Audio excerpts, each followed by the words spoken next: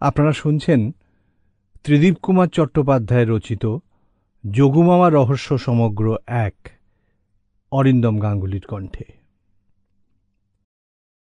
গল্প হাত। লেপ মুড়ি দিয়ে শুয়ে আছি। আধ ঘন্টা হলো ঘুম ভেঙে গেছে। পিকলুটা রোজকার মতো আগেই উঠে পড়েছে। এ দাদা, ওঠ না, আর কত ঘুমোবি বলে বার কতক ঠেলাও মেরেছে। আমি কোনো সাড়া শব্দ করিনি দেখে নিরাশ হয়ে চলে গেছে বারান্দায়। ওখানে দাঁড়িয়ে দাঁত মাজতে মাজতে আপন মনে গান গাইছে আর পা দিয়ে তাল ঠুকছে। লেপের ফাঁক দিয়ে ওর গান শুনছি। তুমি নির্মল করো মঙ্গল করে, মলিন মর্ম মুছায়। ডিসেম্বরের গোড়াতেই এবার ঠান্ডা পড়েছে জব্বর। তার উপর গত দুদিন আবার টিপটিপ বৃষ্টি পড়ছে। তাতে ঠান্ডার কনকনানি বেড়ে গেছে অনেকখানি। আজকে আকাশ নীল, ভোরের কমলা আলো খেলা করছে ঘরে। 1 সপ্তাহ হল অ্যানুয়াল শেষ হয়েছে। সামনে বেশ কটা দিন টানা ছুটি। এই ছুটিটার জন্যে সারাটা বছর হা পিত্তেস করে বসে থাকি। লেখাপড়া নিয়ে বাবা মার ঠিক নেই।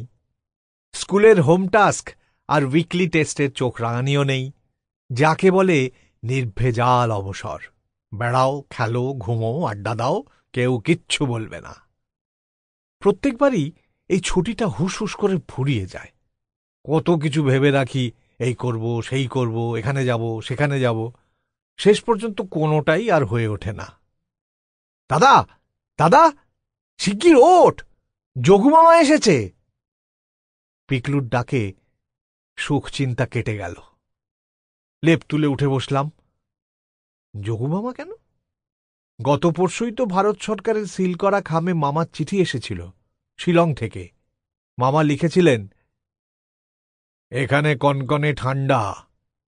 রাত্রিরে ফায়ার প্লেসের সামনে বসে চিঠি লিখছি।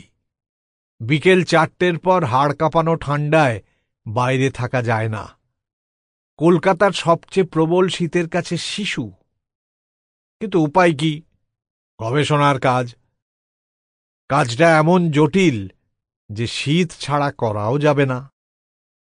চিঠিতে এরপর তোরা কেমন আছিস, পারলে সামনের মাসে একবার যাবার চেষ্টা করব, এই সব। আর বলিস না দিদি, ট্রেন 6 ঘন্টা লেট, ভোগান্তির এক শেষ। বাঁ হাতে ঢাউস ট্রলি ব্যাগ ঠেলতে ঠেলতে ঢুকে পড়লেন যোগুমামা। ট্রেনে এলি কেন? প্লেন? ধুৎ, টিকিট পেলে তো। যোগুমামা বিরক্তির সুরে বললেন, দেশটার যা অবস্থা হয়েছে, সর্বত্র শুধু জাল আর জোচ্চুরি। টানা 3-4 দিন এয়ারে কোনো টিকিট নেই। গতকাল কি একটা সম্মেলন ছিল গৌহাটিতে, ভিআইপিরা সব ফিরছেন, সব ফুল। 2-4 দিন অপেক্ষা করে না হয় প্লেনেই আসতে, আমি বললাম। সে উপায় নেই রে। ঘরের সোফায় এলিয়ে পড়ে যোগুমামা বললেন, একটা টেলিগ্রাম। সেই টেলিগ্রাম পাওয়ার পরে আমার পক্ষে এক মুহূর্তও দেরি করা সম্ভব নয়। সব কাগজপত্র যেমনকার তেমনি ফেলে চলে এসেছি। আজকেই রওনা হতে হবে রাঁচিতে। কি বলছিস রে যোগু? এইমাত্র এলি, আবার আজকেই চলে যাবি? চা নিয়ে ঘরে ঢুকতে ঢুকতে মা বললেন, হ্যাঁ রে দিদি, যেতেই হবে। বলছি সব, চান করে নি। হ্যাঁ, ওকে একটু ফ্রেশ হতে দাও, বাবা বললেন। যোগুমামা চা শেষ করে তোয়ালে নিয়ে বাথরুমের দিকে গেলেন। আমরা কৌতূহলে ফুটছি। মামা এলেন, আবার আজই চলে যাবেন। কি ঘটল? এই ফাঁকে যোগুমামার পরিচয় দিয়ে রাখি। যে কয়েকজন ভারতীয় বিজ্ঞানীর নাম শুনে সারা দুনিয়ার বিজ্ঞানীরা শ্রদ্ধায় মাথা নত করেন, ডক্টর জগবন্ধু মুখোপাধ্যায় তাঁদের মধ্যে শীর্ষস্থানীয়। সেটা যোগুমামার নামের পাশে 2 লাইন ধরে শোভা পাওয়া দেশি বিদেশি degree. Sample complete. Ready to continue?